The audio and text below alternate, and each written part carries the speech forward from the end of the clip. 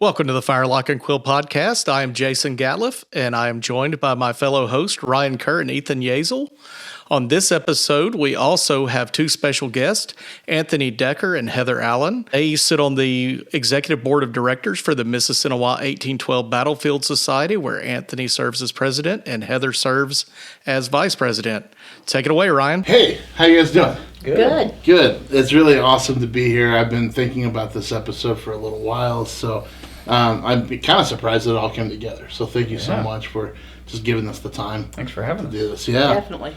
I feel like, Nicole and I with the Blue Line, we did a lot of fall events, and there were still a lot of questions out there about what's going to happen with Mississinewa. Is it happening? Is it over? What's going on? So we just thought we would give this platform so you guys can kind of settle the score. You can put it all out there, and you can tell people what is happening. No speculation, but also just what you're excited about, because not only is it happening, there's some really big plans. Yeah. So, what are you excited about with Mississinewa right now? Well, a whole new era, I think. That kind of sums it all up. If anyone is listening to the podcast and has been following what had happened over the last year or so, we're in a new place, literally. So we have purchased, for the first time ever, the Mississinewa Battlefield Society has owned land now. So we've purchased 230 acres, still within Grant County, Indiana, and still along the Mississinewa River. For those that aren't aware, previously our event was always held on a Department of Natural Resources piece of property, and that was leased from them by us. And as beautiful and memorable and amazing as that piece of property always was, it had a lot of limitation. And now we are at a point where we can really govern ourselves, and the sky is literally the ceiling. Limitations of not enough space or the inability to do things. So another thing a lot of people don't realize is that our event was all set up and totally packed away and tore down in about 1.5 weeks to 2 weeks time. So in our new world of volunteers and things like that, that was becoming a challenge. So we can start to have more permanent structures to ease some of those things. But truly a new era with a new ceiling for us. So awesome. So, okay, Heather, let's talk about Mississinewa 1812 like nobody's ever heard it before. Like, what's the legacy? What is this event? Well, I think the legacy for us is, 35 plus years ago, we go onto a piece of property that two guys dreamt up, a small reenactment, and over a couple drinks in Marion, Indiana, that had a history background and a passion for something that happened on that piece of land. And it became something that other reenactors had heard about.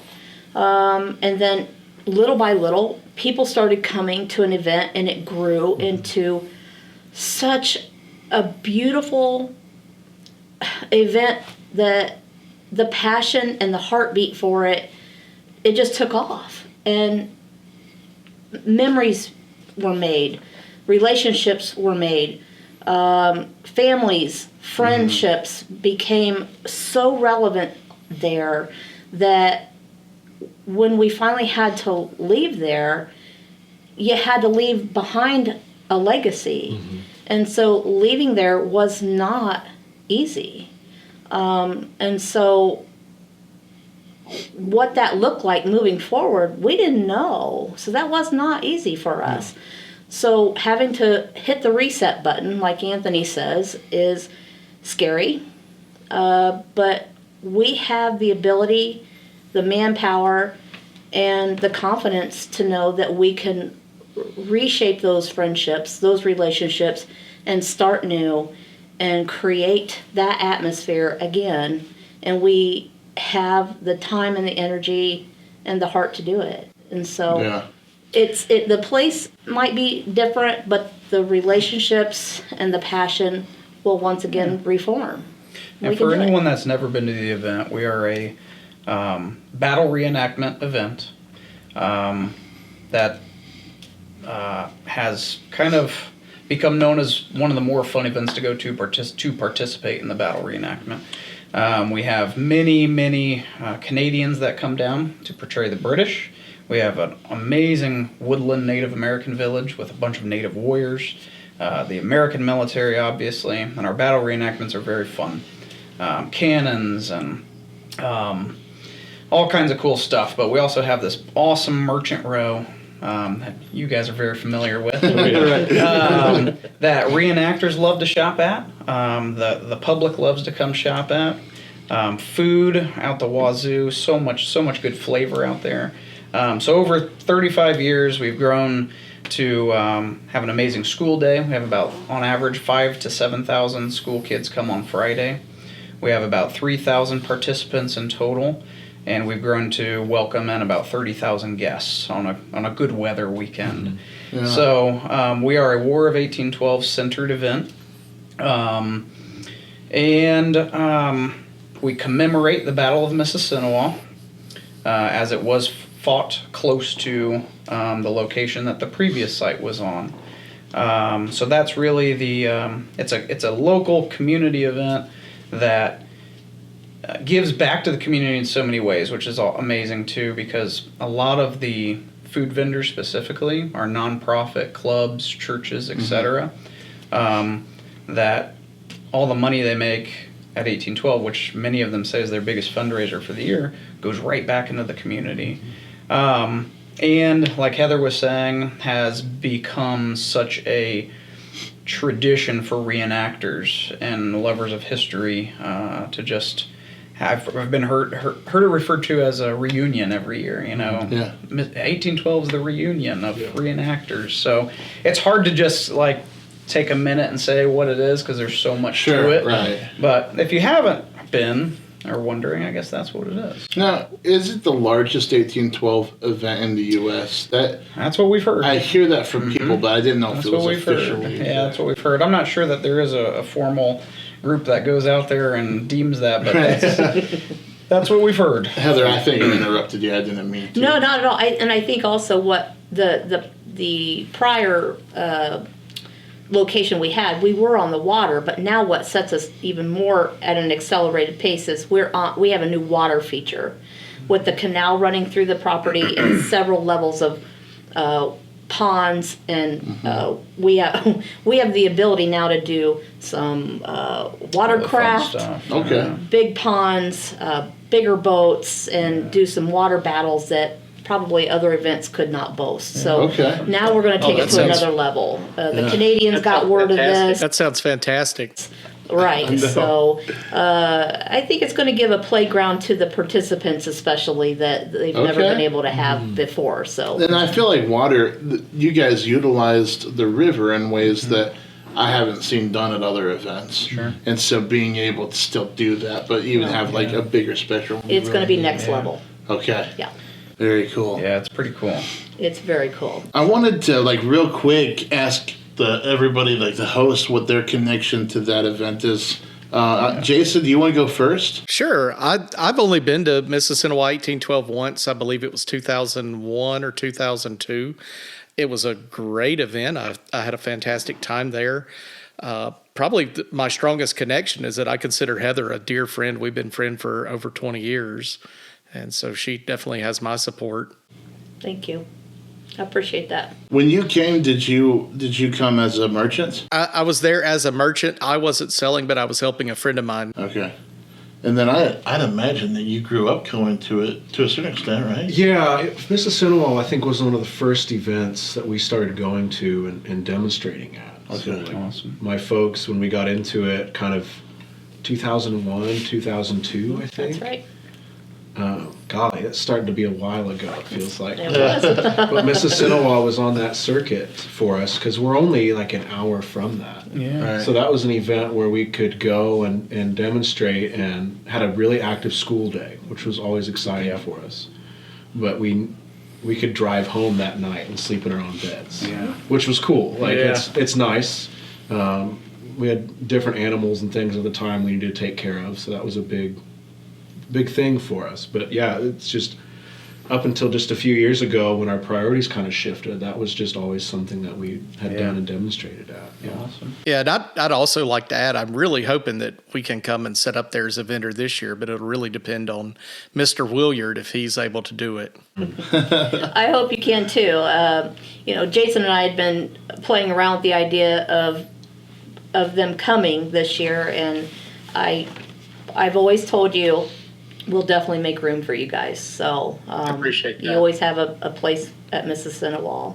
Any of you, always, always. So, of course, you've always been coming. I mean, you with Townsend's, you've always been there, and now with Blue Line Coffee, definitely. Yeah, Ethan, you always have a place there as well. Thank So. you. Yeah, thank you. I was talking to John about it the other day, and he's pretty sure that they were there the first year. I believe they were, yes. So, He and is our longest running vendor, absolutely. And Dave couldn't remember. Dave couldn't remember, but he thought that they might have been there the first year. I believe they are our first longest running vendor, yes.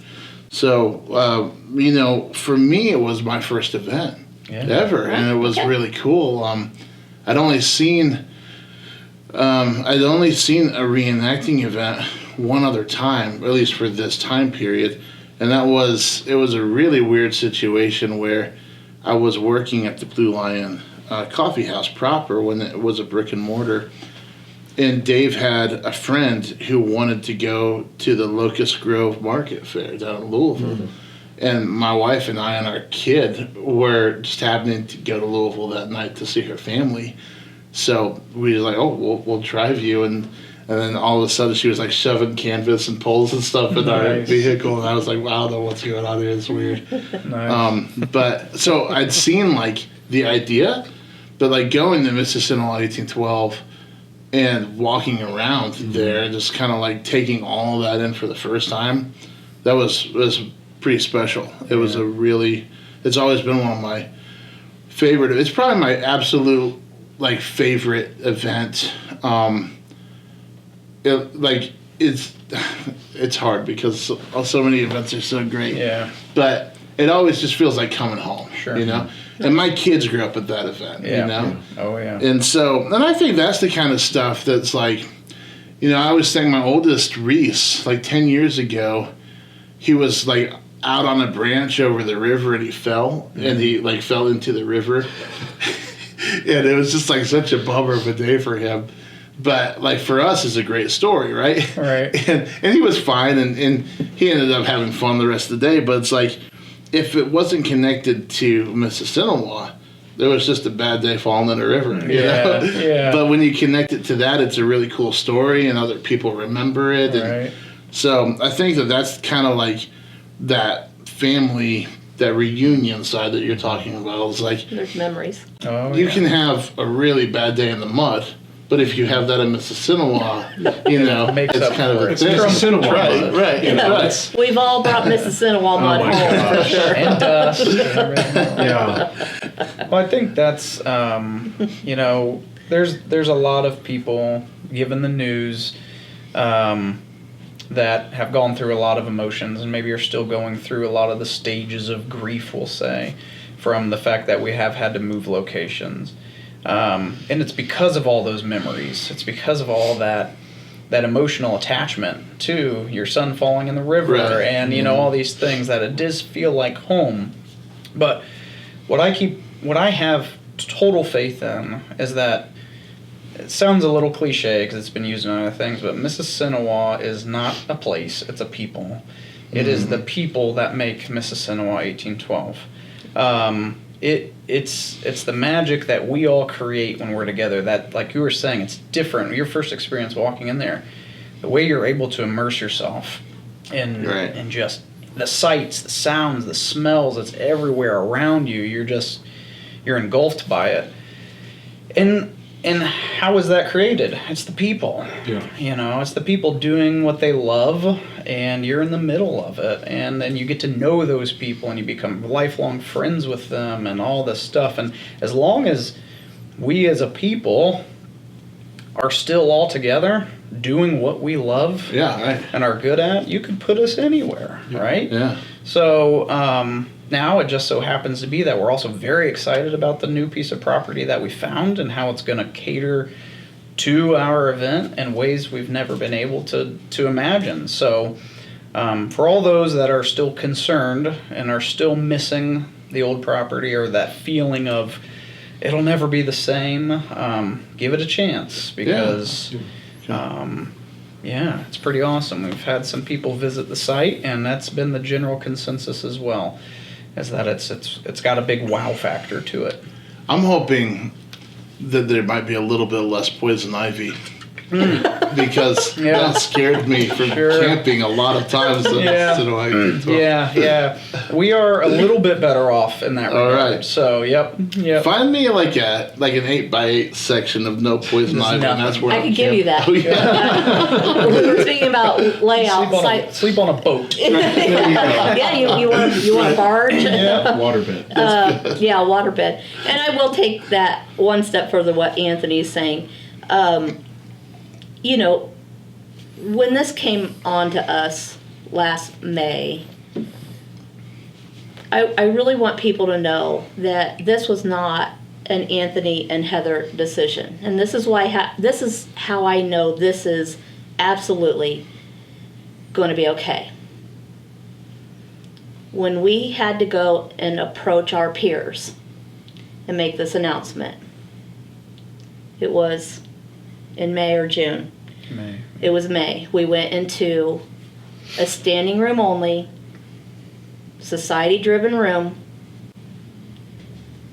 It was a 100% unanimous vote to leave the site, Oh, wow. to strike it all, Maintain Mississinewa. to maintain, to move forward, to find a new home, and to stick together. And right then, we knew, and I get emotional about it, we were going to keep going. Mm-hmm. Period.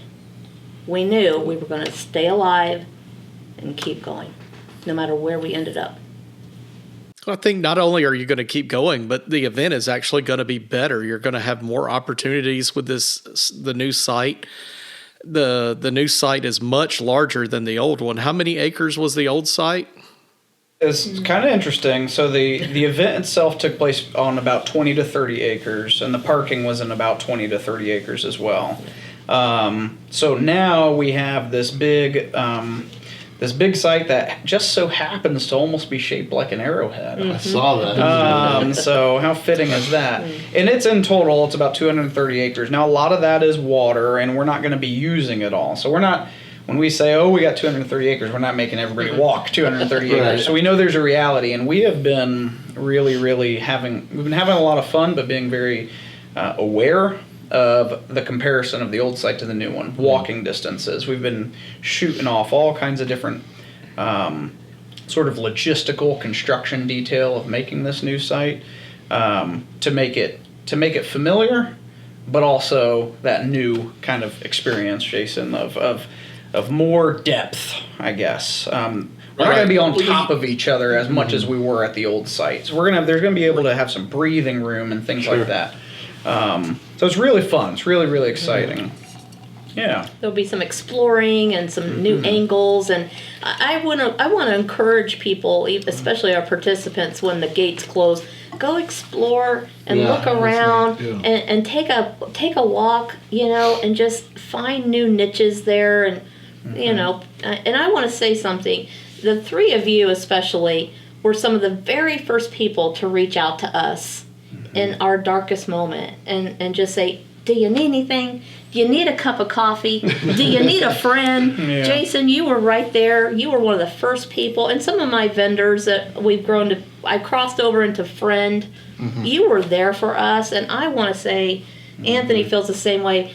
We appreciate you. You were there, right, Johnny, on the spot. So we really thank you guys. And we're not just saying that because we don't just say that to say it. So it means a lot. We live in a world that people love being negative. Yeah. And we gave them something to chew on, to be very negative about, because it was big news. Yeah. We had to go through the stages of grief ourselves, did. things like that. So we understand it to a degree, but we appreciate the positivity and the motivation to keep moving, for sure. I think what helped us, we all know you guys. Yeah. And so I remember even being at, we were at the raid, yeah. Yeah, it was at Martin's. Yeah, we were at Martin's and Yep. everybody was kind of talking about this when we all found out.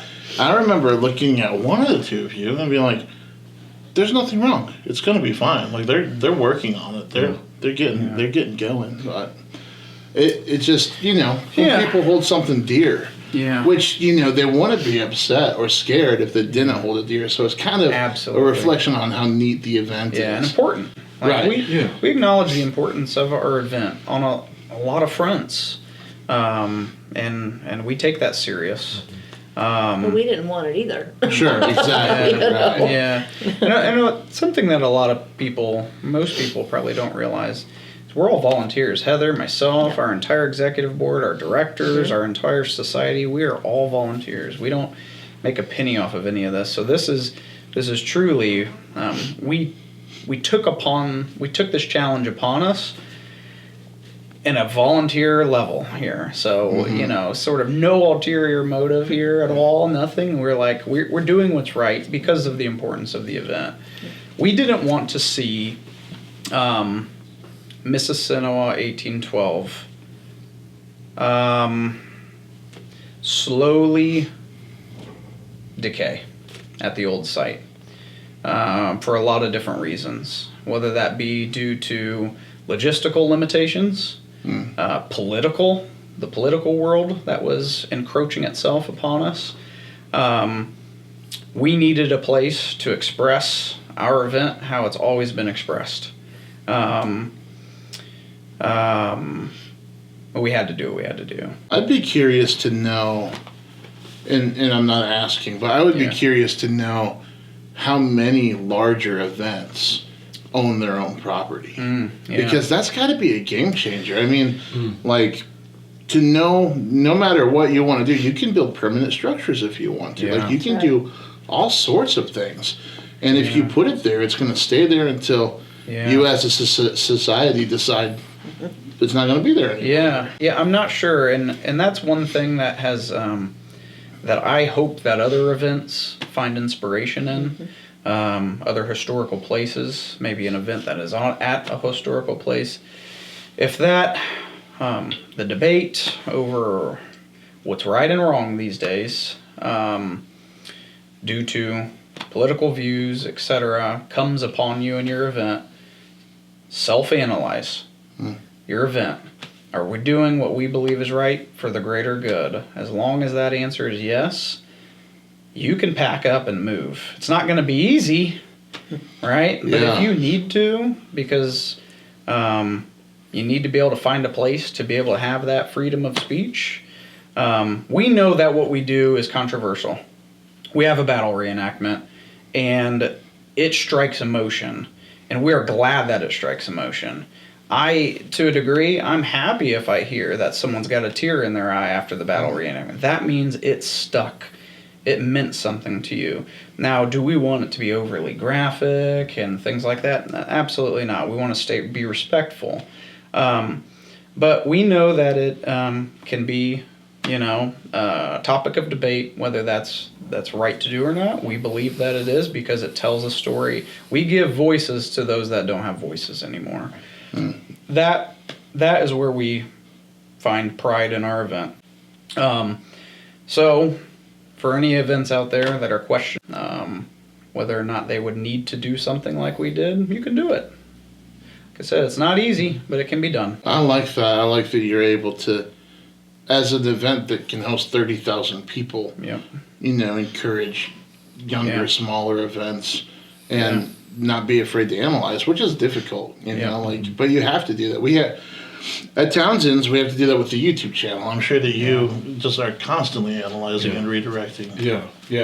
It's just, right now is a big thing because this kind of the winter season is like, there's a limited time here. What's this next year look like? Mm-hmm. What did people like last year? What don't they like? And then how are we going to capitalize on the time ahead? Right. I mean, Jason's talking about going digital and still carrying the print publication, which, I mean, that's a lot of analyzing going into that. And I'm sure at times it's scary, right, Jason? It is. It certainly is, because there's costs associated, and you don't know if you're going to recoup those expenses. And for anyone listening, we're only adding a digital version. We're going to continue with the print version for as long as I own the company, because I would much rather have the print version. When I get finished with the layout, I want to hold an issue in my hand and be able to thumb through it. I want it to be tangible. I don't know if he's serious about it. I'm skeptical. Jason, you made a good point there. You said the word, it's scary. Like, things are scary. We're humans. Heather and I are humans. Our entire board, executives, are all of our own volunteer base. We're humans. And this is scary to us, too. I don't want to put on this front like everything's just pie in the sky and this is easy peasy. No, this is scary. We took a big risk. So far, everything's going really, really well. It's business. We're planning for the best. We know not everything's going to work 100% like we think it's going to. Sure. But we are going to do our absolute best and adapt. We're going to change. The old site, we've been there for 35 years. And every single year, we sit back and go, okay, what worked, what didn't? Change it, tweak it. Every year, every 5 years, we made a big change. Every 10 years, we made a bigger change. If you guys remember, not that long ago, I don't know, what was it? 2018, 2019, we expanded our battlefield. And that was a huge project that was way overdue. So we're constantly, self-analyzing. And we know that we're going to have to do that this year, too, after this year's said and done. But that's what we love to do. We're event coordinators. And that's part of the fun. It's the puzzle. But I will say, considering the temperature of the world and being politically correct and things that come at us with being a battle reenactment, we do our due diligence, when it comes to that. We go out and we make sure that we're in the right. So, like, when it came to the native perspective, we went back to our neighbors at Miami 1 in Peru. We gave them the script. Will you go over this? What do you think? We got their perspective. They were fine with it. They handed it back and said, you have our blessing. We don't just run amok and assume anything. Yeah. And so we went to them and made sure that they felt they had a voice. And they said, it's fine. And we've always extended an olive branch with them and said, you're our neighbors. Come. And we want them to know, come to the event, be a part of it, be a guest. And they said, okay. So we're bridging that with them at Peru. They are the Miami of Indiana, and we respect them. And there are members of the Miami of Indiana that were founding members of Mississinewa. Absolutely. They've sat on our board. They have always been a part of us. Yeah, and maybe people listening aren't aware of some of that, what we're kind of talking around here. And I think it's fair that we can give a little bit of backstory. But the federal recognized tribe, Miami of Oklahoma, had a couple issues with our event. And they went to our landlords, being the state of Indiana, and essentially expressed those issues. And it came down to, after a series of many, many meetings that Heather and myself had with the Miami of Oklahoma, meetings with the DNR, even accompanied with the Miami of Oklahoma, and agree to disagree. At the end of the day, they're not a fan of battle reenactments. I respect that. That's okay. We are a battle reenactment. And we found ourselves at a point where we're at a kind of at the crossroads, and we had to go one direction. So we decided to go the direction we went, and find a new home to be able to have the liberty to do our event exactly how we've always done our event and how we will always do our event. And that was the Miami of Oklahoma's perspective, and maybe other, Indian tribes or just citizens have that same opinion, and that's okay too. You choose whether you want to come to Mississinewa 1812 or if you don't. And the Miami of Indiana is a separate group, and that's what Heather was referring to. We've always had very good communications with them, and they've been supportive of our group. Even this year, we participated in their schoolhouse event that normally takes place on the weekend of October. We had some of our reenactors go over there, and they welcomed us in, and we all hung out with them on that weekend. Okay. So, really, really great group of people, and so a little bit of backstory on that from like the event organizing perspective. Like we've talked some about different kinds of events. What does it look like to plan for this event? I mean, I know this is the first year at this new site, and so there's a lot of new things happening there. But it's right now middle of February. October is a few short months away. What is happening kind of behind the scenes with you guys and your team to share some of that perspective of how you build up to this? Like what goes from now to folks like us are arriving and folks like the public are? Well, the most ever right now this year. We've got bulldozers and excavators running. We've got all hands on deck out there. We're taking a piece of land that has basically just sat for decades, and we are repurposing it to be able to accommodate the visitors that we have, the participants that we have. The two biggest challenges is parking lots. Parking. Where do you put everybody? Where do you put over 100 school buses? Where do you put, et cetera? So we are building parking lots right now, but for the first time ever, you may experience a blacktop-like parking lot at Mississinewa 1812. Yeah. As somebody whose minivan almost got stuck. Getting stuck in the mud at Mississinewa might be a thing of the past. So man, I don't know if I don't. Sounds too good to be true. I don't know how I have a picture. I'll show you. Goodness gracious. So no. The people that we bought the property off of, who were very supportive of us. It's the Irving Brother Company, which is IMI. So concrete guys. We were talking about concrete earlier. Yeah. So this was one of their gravel quarries. So they had dug for gravel on this property, like back in the 1950s. So Heather was mentioning these big bodies of water and lakes and stuff. They're crystal clear spring-fed lakes. They're beautiful. Due to it being a gravel pit decades ago. But here's the really, really cool thing. They were storing mountains of asphalt millings on the property, all in this one section. And when we purchased the property, they said, yep, you get all those too. And we're like, really?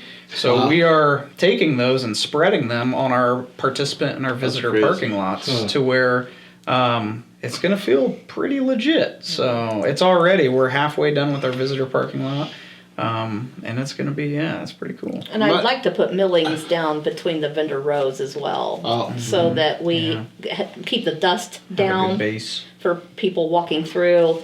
Maybe enticing some other vendors who maybe do more fine art, more types of things like clothing and things where they weren't getting their fineries ruined by that kind of dust and dirt level. So I feel bad because I feel like we keep going on tangents. You had asked what's going on. No. I think that's the kind of logistical stuff. Like when we were talking about the discussion going on.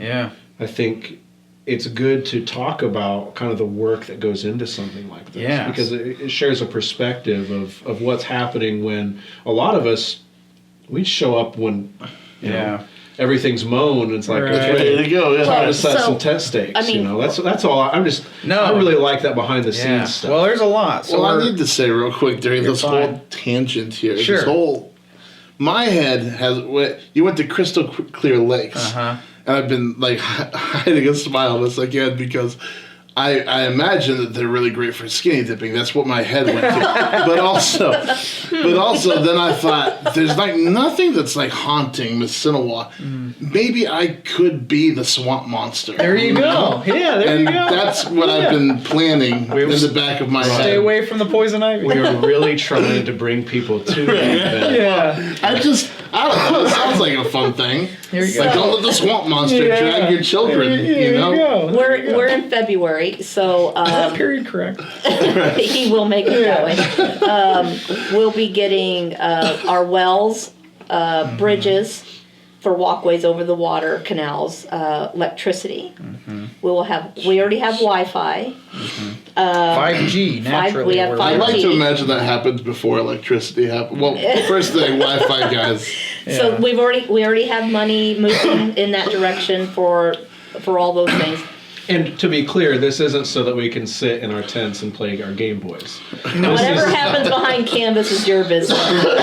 Specifically, though, the vendors love They do. some So we have better- 5G already there. Some cellular connection to process I mean, credit cards that's and moving so emergency fast. Yeah, it services. is happening very fast. So- Were there already wells on the property? No, We have the money already we've had that we have to dig donated. 'em. We have to dig them. Yeah, And but run. the electricity is already, they've donated that for electricity on the property. So let's back up a little bit because I feel like again we're just all over the place. That's But mostly my fault.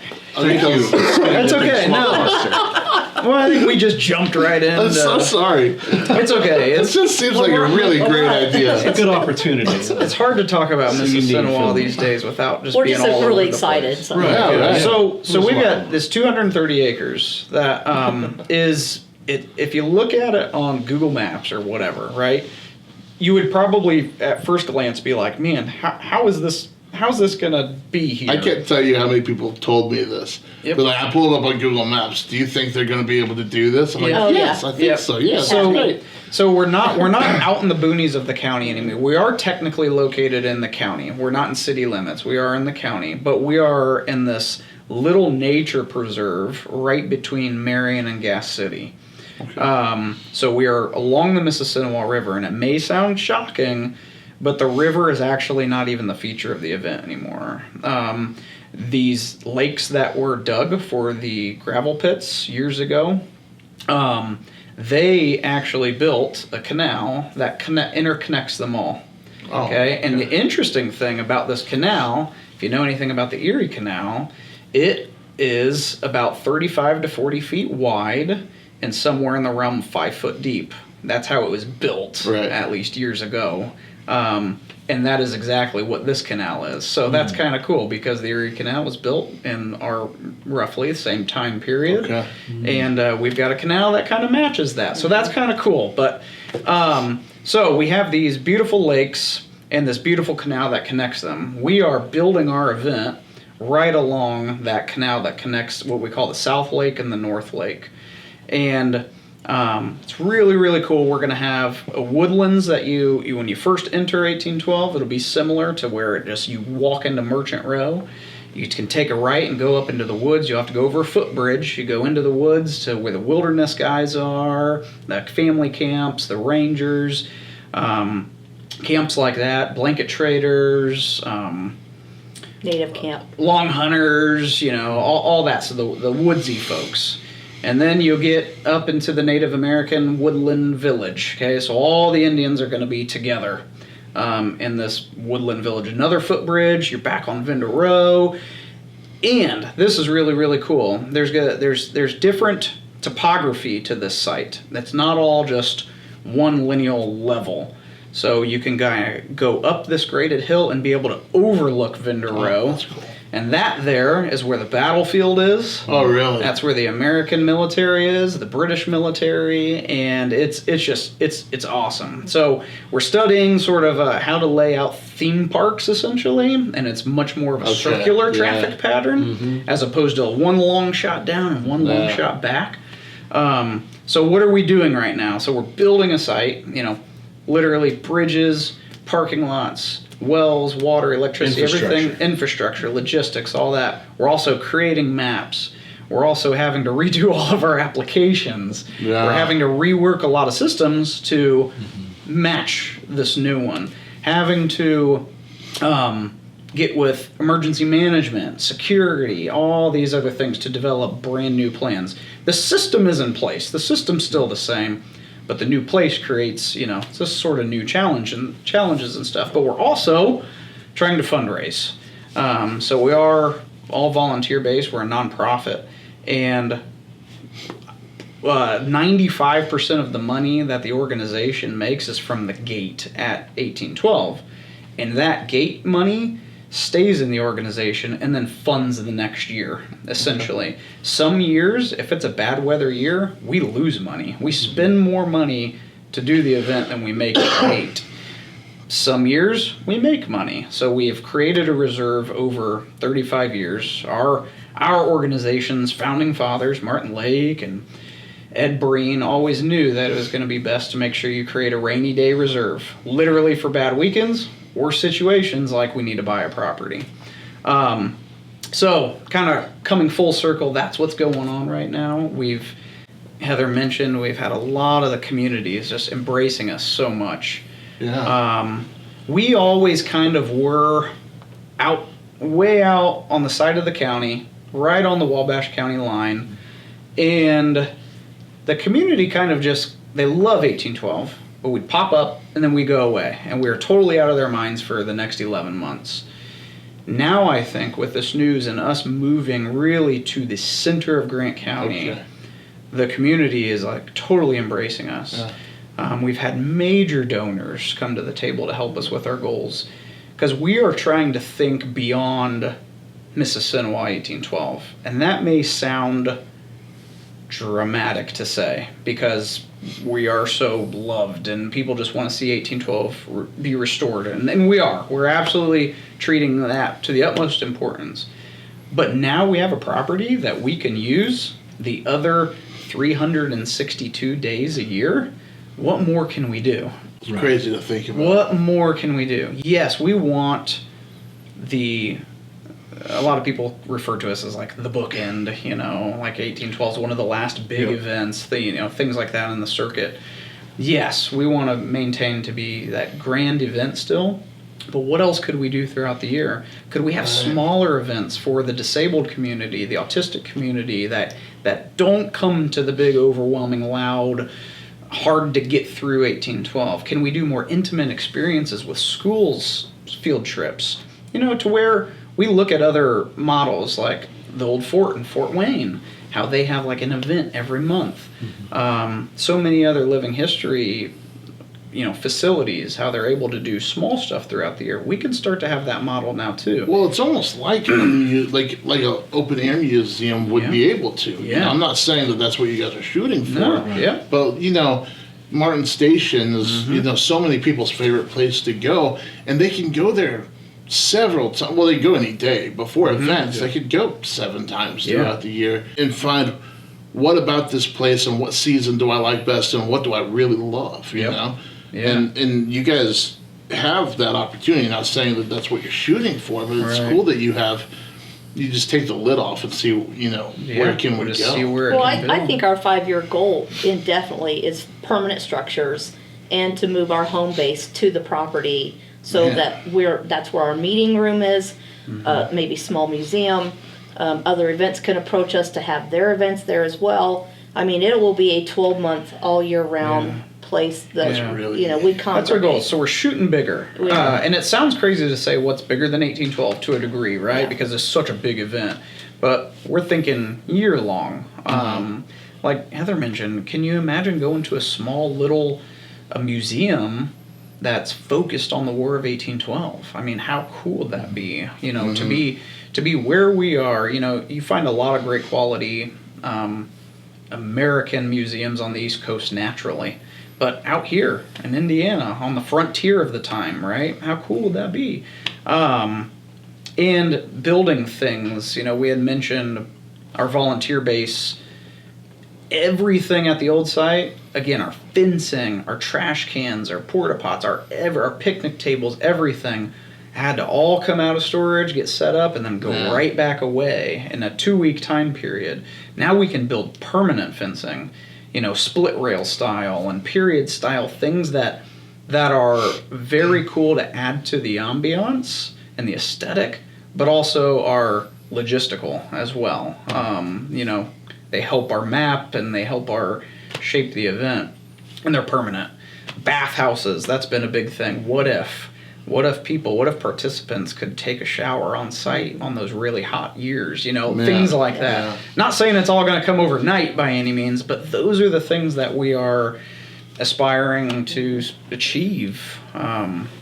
It will help them stay longer or lay over to the next site and not have to go get a hotel room necessarily until they go to the next event. There's talk, we know that there's a lot of vendors and participants that would, like Heather's saying, lay over. Or even just for that, 3 to 5 days that they came, and they'd use a modern camper in the parking lot, right? We actually might be able to one day have hookup, for modern vendors, and their kind of their offices, their homes, back in the participant lot. We know their comfort level is just as important, and their well-being is very important to us. When they arrive, they've come from somewhere they need to decompress as well. Sure. It's not we're not doing this for us. We're doing it for them. And we know that's important. So arriving to a home base, and they just need to. And here's the other cool thing I want to say too, to round off this kind of neat new idea of where we are. It used to be a solid 20 to 30 minute hike to get to a grocery store. Or something like that, if you needed some supplies or whatever. Now we're like 10 minutes. So probably less. Or less. 5 Yeah, minutes. I mean, you can get to Meyer in 10 minutes maybe or something. So especially for those folks that are camping for a little while. Yeah, it's 5 minutes. Absolutely. Yeah. Or you need pizza on Friday night or something because you have no energy to cook that night. Yeah. Or who knows, but. I was going to say, this is the kind of thing that an enterprising businessman like Jason would look for, because he tells us very often that he doesn't sleep on the ground anymore. Right. Yes. Yeah. Well, we know what he drives to events. That's right. Yeah, I've seen We that. won't I've say seen it out that. loud, but we've seen it. We know what it is. So I still sleep in my tent when we set up as Sure. merchants. What are you sleeping have a on bed, in the and tent, Jason? A bed. I'm sleeping on a bed. On a bed, yeah. I haven't slept on the ground at an event since like 2000. Yeah. Oh, I'm not sure we want him. right. He can't throw it down anymore. I don't know. I mean, I've been in the swimming pool on top of what he drives to events, and it's really cool. Really? Well, Wow. that's Rooftop. That's a good perk. Yeah. It's Interesting. got a high dive. It's pretty neat. It's heated Really? too, so you don't have a shower. Wow. So, okay, I want to head something off real quick because I'm listening, hearing, okay, there are all these really neat opportunities. So I'm going to bring my dugout canoe and I'm going to row all over the water, bring my fishing pole. Yeah. If somebody wants to do something like that, A, is that even a possibility? B, like, is it discouraged? And C, who would they get a hold of, or how would they know what the rules are? I mean, is this first year just not the year for Yeah, that? so we will be in our participant application forms and all that.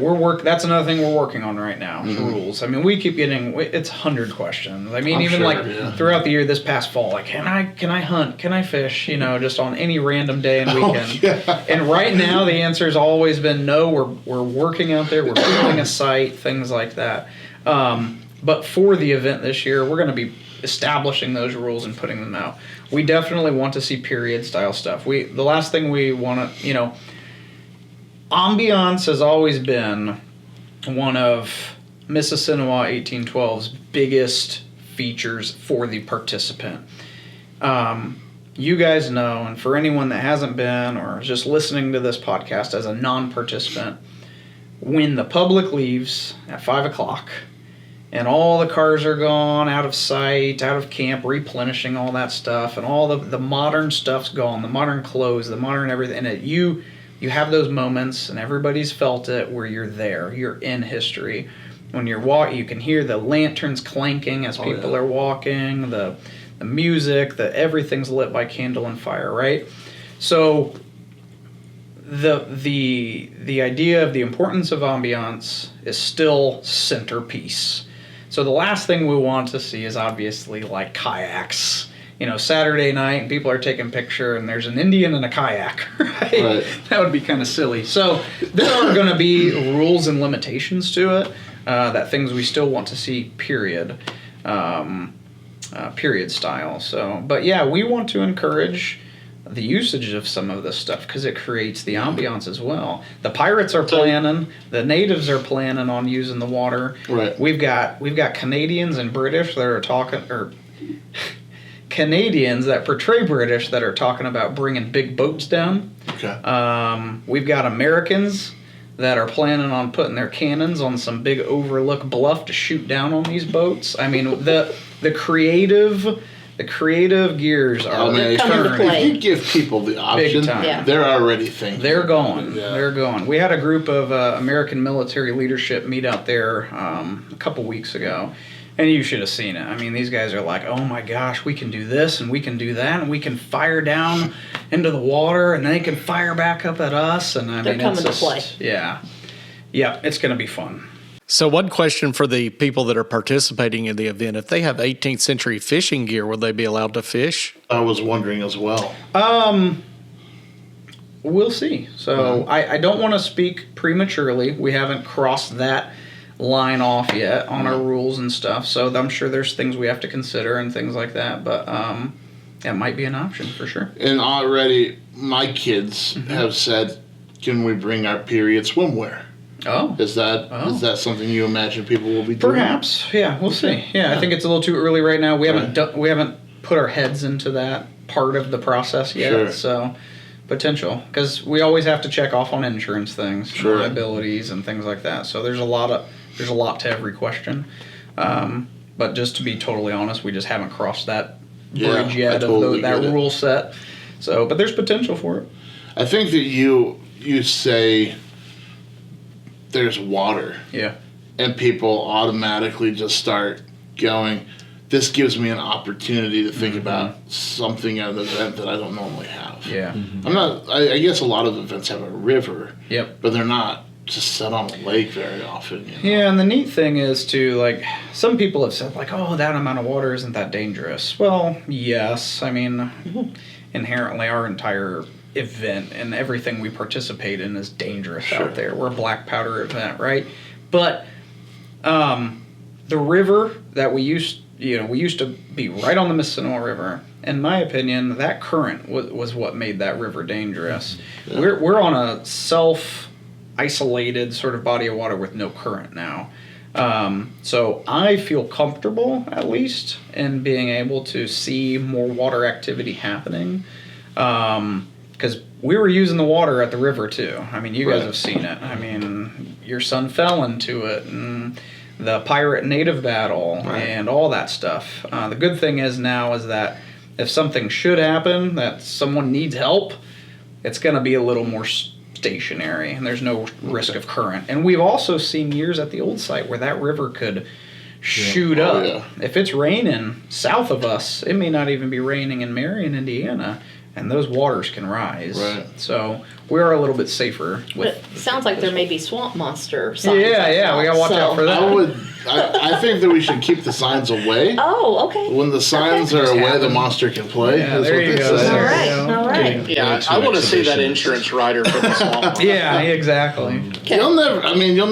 You might hear the monster. I don't think. Okay. Gotcha. I'm pretty sure I heard one at 5 Metals last year. We weren't anywhere near any water, but at night, I just woke up. Maybe he travels. My whole tent was shaking. He travels to Indiana. You never know. Huh. Interesting. I'm pretty sure that same monster migrated to Martin's Station. Okay. Apples. Keep it through the swampy marshes of it. That's awesome. So, let's hammer this home, because there's so much that is exciting about this.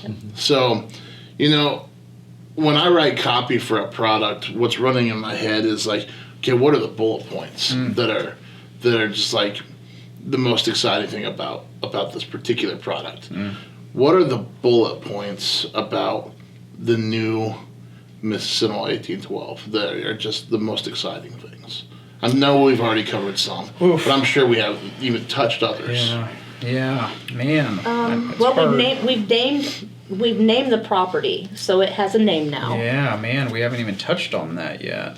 It's called Asani Park. Asaniangi. Asaniangi. We're still learning together. Asaniangi Park. So, Asaniangi in the Miami tongue means place of the stone. and we wanted to pay homage to what literally the facility used to be used for, and it was a gravel quarry. And it also pays respect to IMI for giving us, the deal of a century to purchase this off of them. And when you visit the site, there are still these just massive boulders that are just happen to be peppered around the event space. So we thought, how cool. One of our directors, Jesse Hart, thought of the name.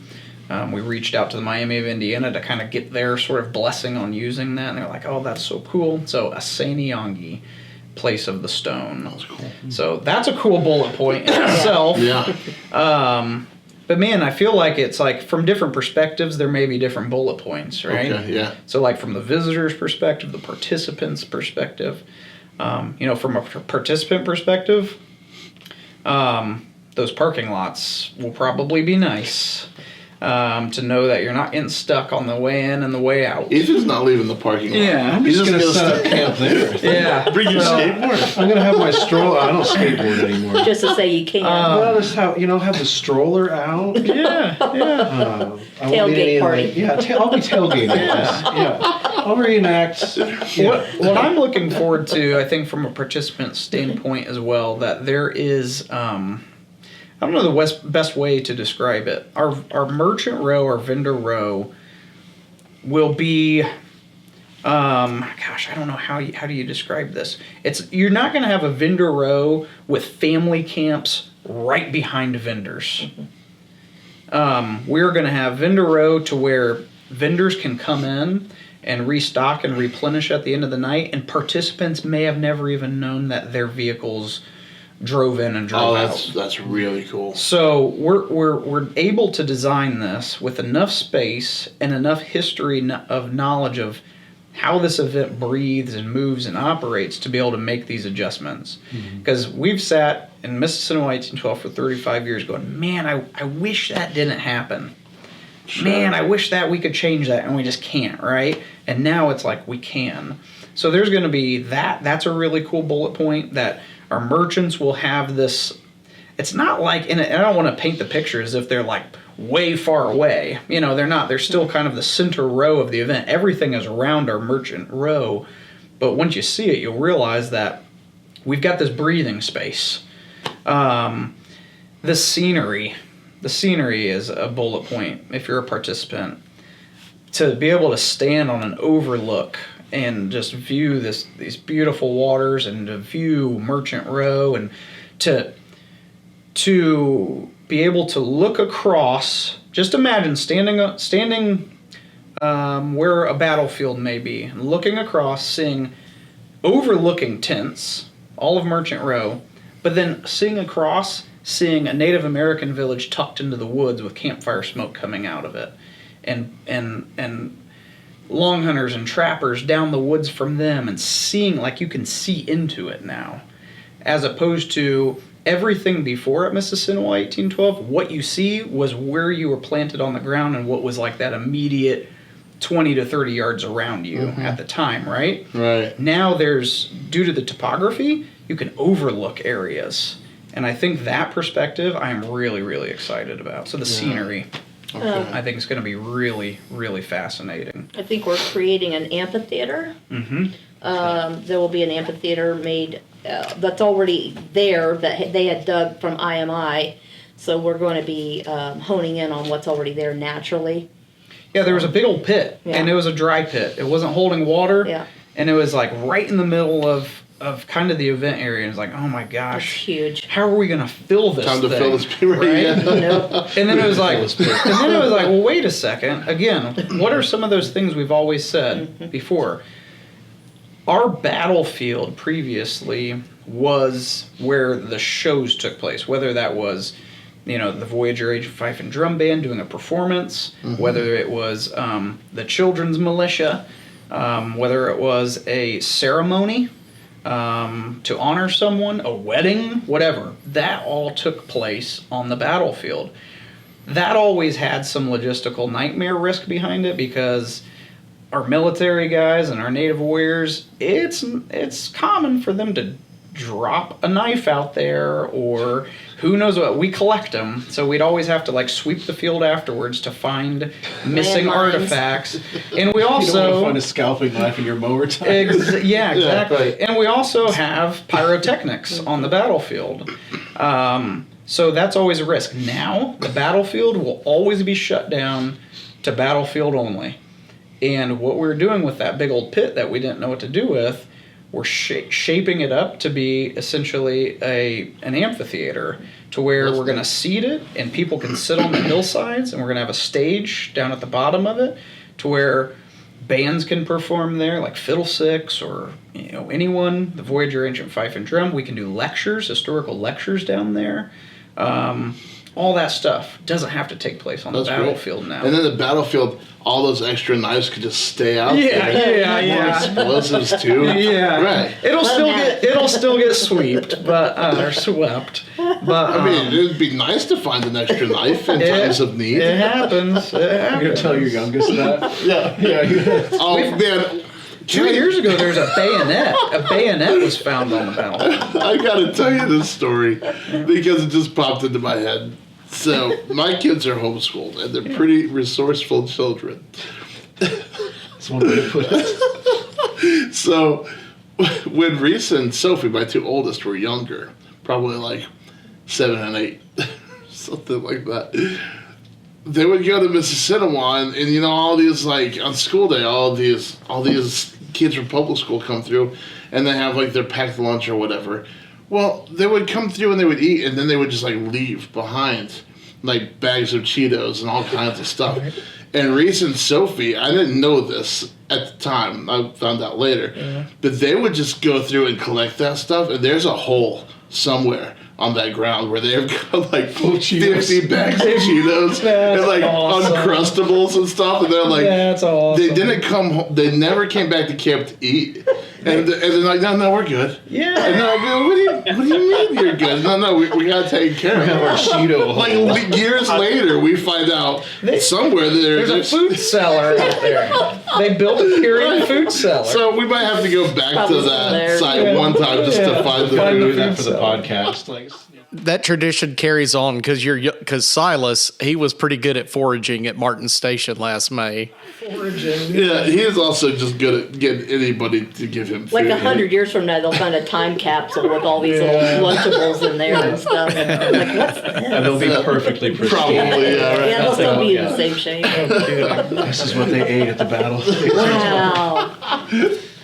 But and we've done some research on the property. We do know a little bit about the fact that the troops did come through this part of the land Yeah, that's one thing we haven't on the talked way to the about. battlefield. So So yeah, that's an interesting thing to bring up that is really cool for maybe our listeners here, is that, first of all, there's sort of a misconception of the old site that's where the battle was. No, it was not where the battle was. Right. The Battle of Mississinewa was fought close to the old event. It's actually privately owned land that is farmed.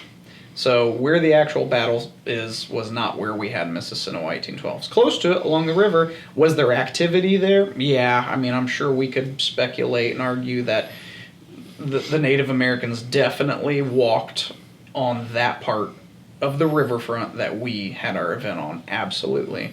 But where we are now, we've a couple members of ours have really looked into the maps and everything that out of Greenville, Ohio.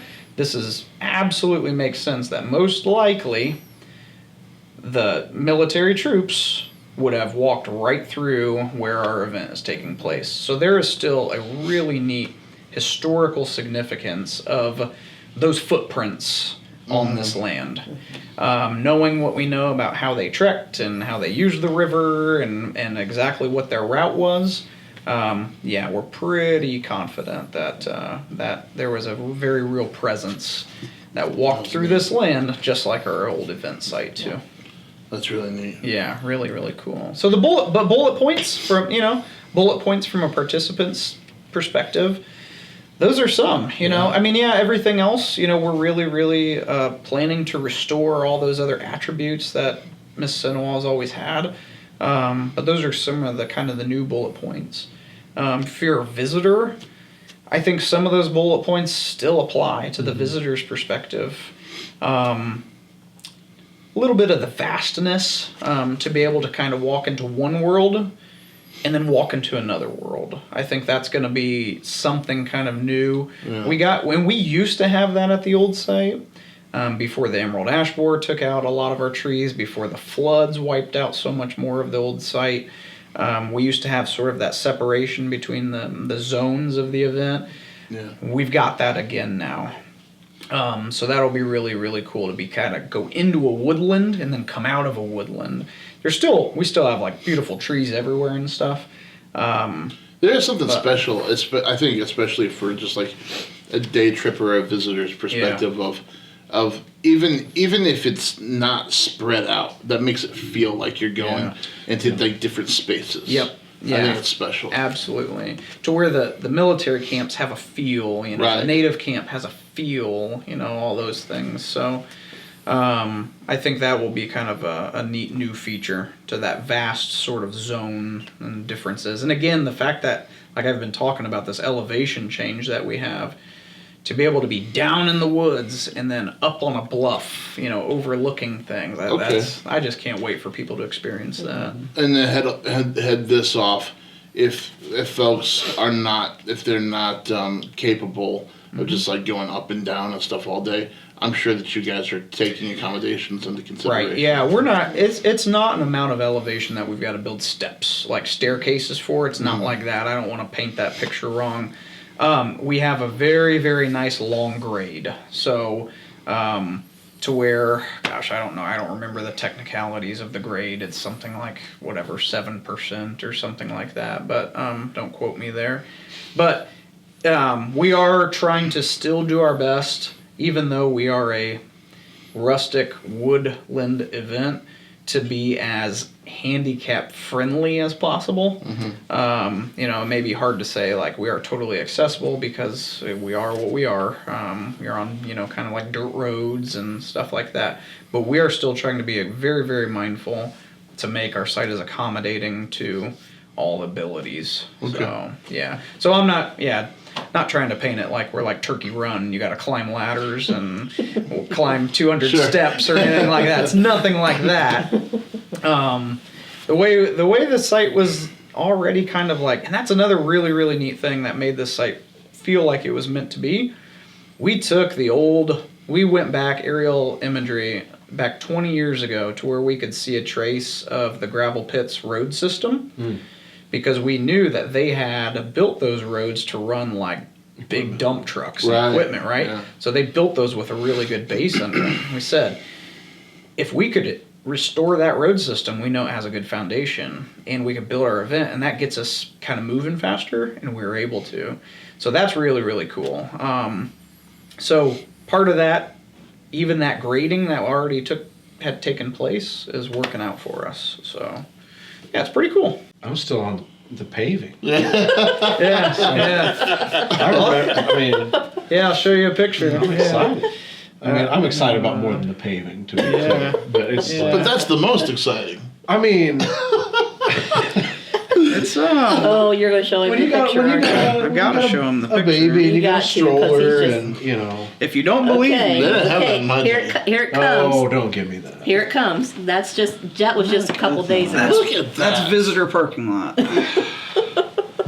Hey, don't forget to show it to me for us in the cheeks. Sorry, Jason. That's not even finished yet. Oh, that looks great. Can you imagine? That's just that the looks beginning. awesome. See, I see your double-decker pool there. I can see that's where the swamp monster can park his unlike car. the I Love Muzzleloading minivan. Yeah, there you go. Drive. So it's there's a lot of neat new. It's just, I don't know. It was a rough road to get here. It was some of our most stressful. We dedicate and volunteer, all of us, jobs to this, like literally. The amount of salaried work that all of our volunteer base could add up that has been volunteered to this organization would just be probably millions of dollars, right? And we all do it out of passion. And we took on all this stress out of passion. We took on the heartache and the challenge and everything out of passion. And it just kind of keeps on feeling like it was meant to be. So it's pretty awesome. Things keep falling in place, how they need to fall in place. So. Well, I know we're really excited about it. Yeah. The three of us have known you guys for a really long time. And we know that you're going to put everything that you can into this. And we have all that faith. I know that for people, especially somebody like myself who's a vendor, you automatically go to it and you think, oh, goodness, that might make my entire fall. Mm-hmm. An event that size, I could sell this much in wares, and that can be scary for people. Absolutely. But at the same time, if you're in this hobby, if you're in this, then we're in it together. Yeah. So grab an oar because they're rowing. Let's get behind them and support them. That's what I say. Yeah. Right. So. I'm glad to hear that. I mean, I think my biggest request, absolutely, this year, is it's year one. Please extend us some grace because we know what we're doing to put on an event, but it's year one if you think about it, and we're going to make mistakes, and we know that whatever isn't going to work, we're immediately the day after the event is over, we're going to fix it, and we're going to do it over, and we're going to do it better. So it might not be exact, but we will fix it. And just see the potential like we see. Oh yeah, see it through our eyes, because and vision, please. whether it be a couple cabins out there one day, a colonial style home, who knows what it could be. We're just dreaming right now. Yeah. So we're over time we're gonna fine tune the scope of exactly how we want the site to look and things like that. But boy, will it be cool. One really, really neat thing too that I'd love to share, especially if we have a participant base listening to us. Martin Lake, the founder, Martin Lake and Ed Breen, they were founder and co-founder of the event. Martin Lake has passed away, but Ed Breen's still alive. One really, really cool thing is that we've kept Ed Breen up to date with all of this as he built this site, or built the event, 35, 40 years ago. That's how long it's been a part of his life. Yeah. He's been fully supportive and loves to see the new era that we are about to enter. Martin, although Martin's not with us right now, John Lake, his son, I've had a lot of conversations with John, and John had to kind of understand what was going on. He visited the site. I toured him through the site, talked to him about the new era, vision, potential, things like that. And he made a really cool comment. And he was like, you know what?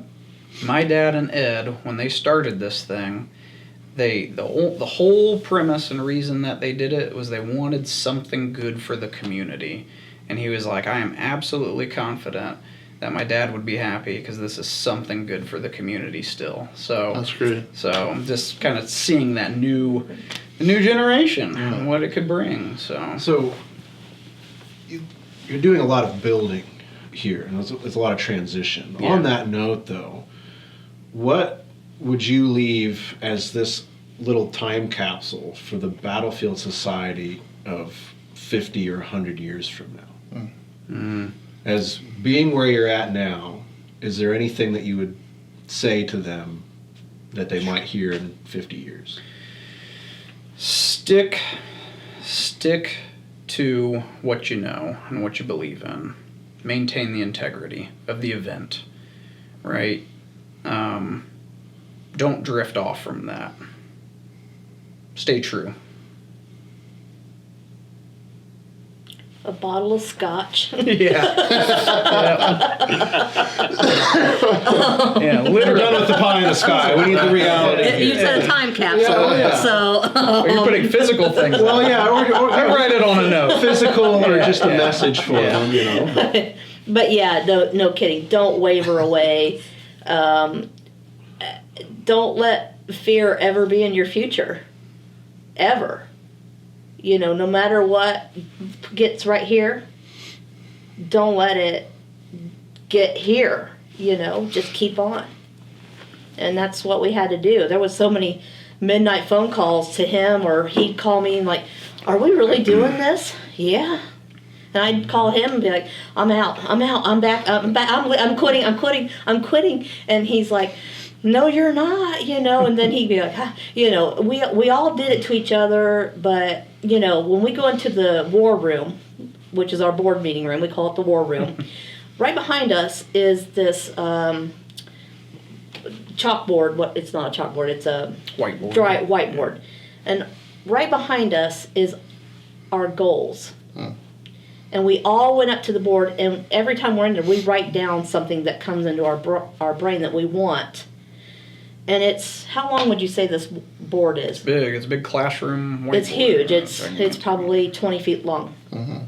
And it's full. And it's there, and we never erase it. We just keep adding to it.